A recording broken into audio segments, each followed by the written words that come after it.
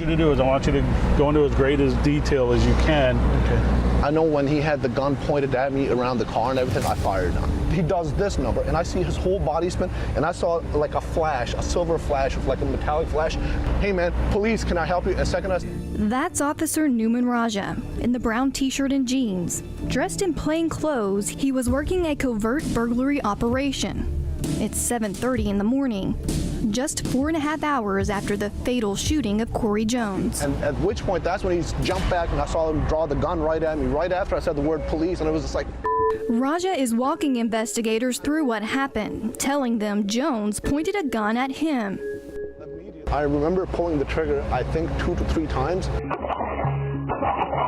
Oh my gosh. And he started running.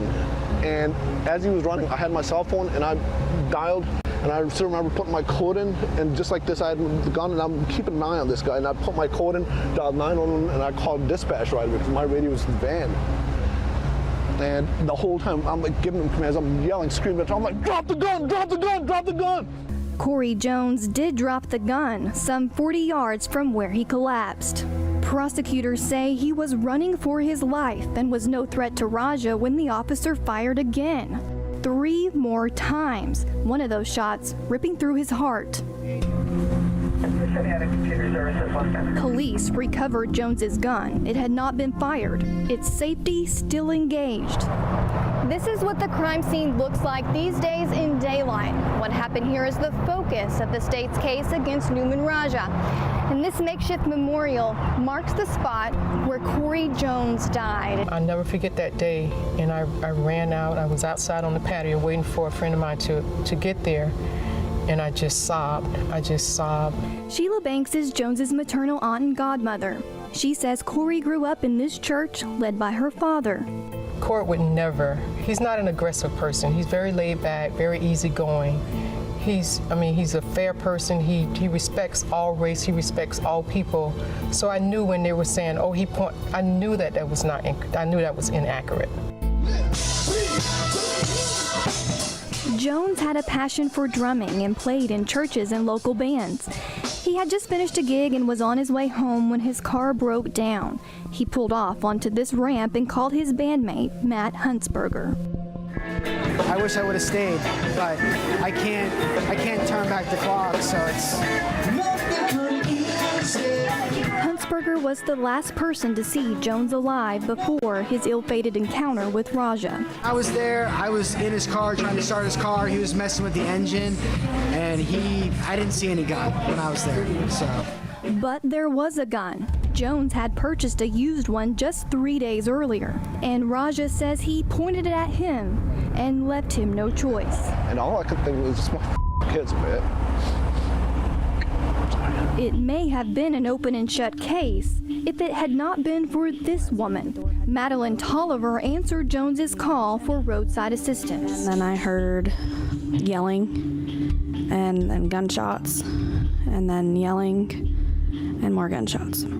The call captured the exchange between Nouman Raja and Corey Jones, seconds before Jones was shot to death. Stop.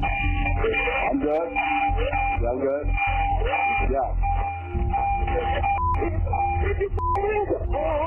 The call raised questions about Raja's story. Did he clearly identify himself as a police officer? And there was that 911 call that Raja said he made. And I'm calling 911. Hey, this is... Here, he says he made the call while he was chasing Jones. But investigators say that call came more than 30 seconds after the last shot. Aim! And I bang, bang, bang. And I fired. Those shots, prosecutors contend, were deliberate, calculated with intent to kill, evidence of attempted first-degree murder. And Court TV anchor Michael Ayala joins us with more background on this case. Michael. Yeah, Vinny, the case went to trial in March of 2019, but the shooting happened in 2015 in Palm Beach Gardens, Florida. Now, that was a very different climate then than the one we see today. That was before Breonna Taylor, before Jacob Blake, before George Floyd. We were at the genesis of the Black Lives Matter movement, which really gained traction in 2014 in response to the shooting of Trayvon Martin.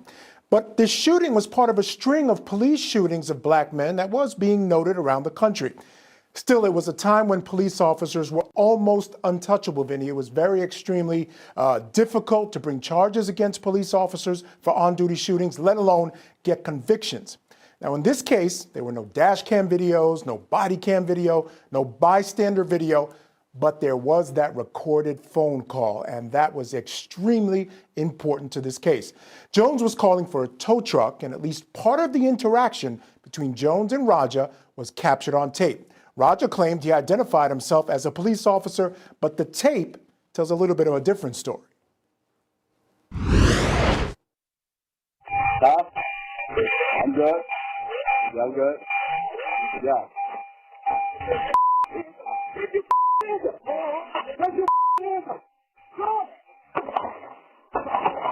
Oh my gosh.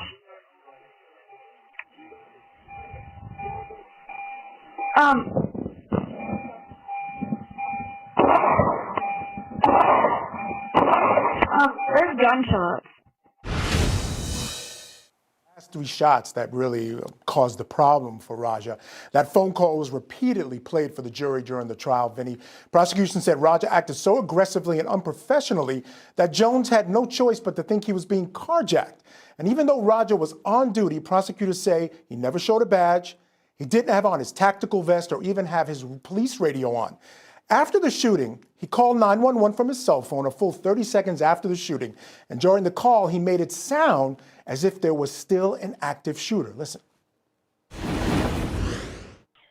911. Hey, this is Garden. I just got one down. I just shot one person. I'm at that off ramp right behind Doubletree. Black male. You're behind the Doubletree? I'm on the off ramp, 95 southbound off ramp, off the Doubletree. I am not covered in anything right now. And give me some units. I got one down. I got one man down. Have 5 ready to stand by. You all right? Yeah, man, I'm good. Drop the gun. On the off ramp, right? On the off ramp. Give me some units. I've lost contact with him. I don't know where he is. All right, you got it, buddy. Where's your radio? Where's your radio? My radio's in the van right now. I don't have it with me. That's why I'm on the phone. All right, stay on the phone, buddy. What's the guy look like? Black male wearing all black dress, had a silver handgun in his right hand. I came out, I saw him come out with a handgun, I gave him commands, I identified myself, and he turned, pointed the gun at me, started running, I shot him. So prosecutors point out the problems there, Vinny. At the time of this call, 30 seconds after the shooting, Jones was undoubtedly dead. Jones never fired his gun, and the lock was still in place. And prosecutors argued just because he's a police officer, he doesn't get a pass, and that the killing was unwarranted, it was unlawful, and a reckless disregard for human life. They even called it an execution. If you're broken down, right, and it's dark out, and someone pulls up in this unmarked van and starts coming at you and screaming and yelling, and he's a big guy. Yes, he looks like he's a big. That's why in Florida they allow you to carry a weapon like the victim in this case to protect yourself in case you're in a vulnerable position like that and someone comes charging at you in the middle of the night out of a van. I mean, I get it. I get it 1,000%. But what exactly did Raja and his defense claim? All right, well, Raja claimed self-defense, obviously. He didn't testify at the trial, but in his statements, Raja claimed he approached what he thought was an abandoned car when Jones then pulled the weapon on him and he had no choice but to lawfully fire at Jones. Now, his statement to police differed greatly from the audio that was caught on tape. That was a big problem.